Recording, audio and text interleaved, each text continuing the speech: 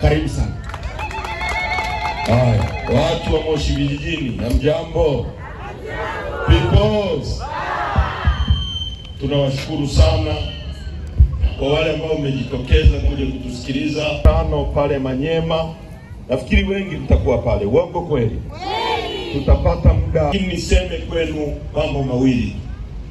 Tuko kwenye ziara ya chama inayoitwa No Reforms, No Election. Tumefikia hapo baada ya kujiridhisha kwamba nchi hii uchaguzi hauwezekani tena. Na kama hauna uchaguzi, maana yake ni nini? Maana yake ni kwamba mwananchi hauna nguvu tena za kuielekeza serikali nini ifanye. Kwa sababu serikali ina uwezo wa kumsikiliza mwananchi pale tu ambapo wewe kwa kutumia kura yako una uwezo wa kumweka kiongozi na kumuondoa.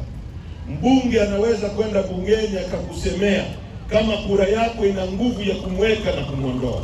Diwani anaweza kwenda halmashauri kukusemea kama kura yako ina nguvu ya kumweka na kumuondoa. Leo nchi hii wakulima wana matatizo, wananchi wa kawaida, wafanyakazi wana matatizo, polisi wana matatizo, watumishi mbalimbali wa umma wana matatizo. Serikali haiwasikilizi kwa sababu serikali haiwekwi tena madarakani na kura za wananchi.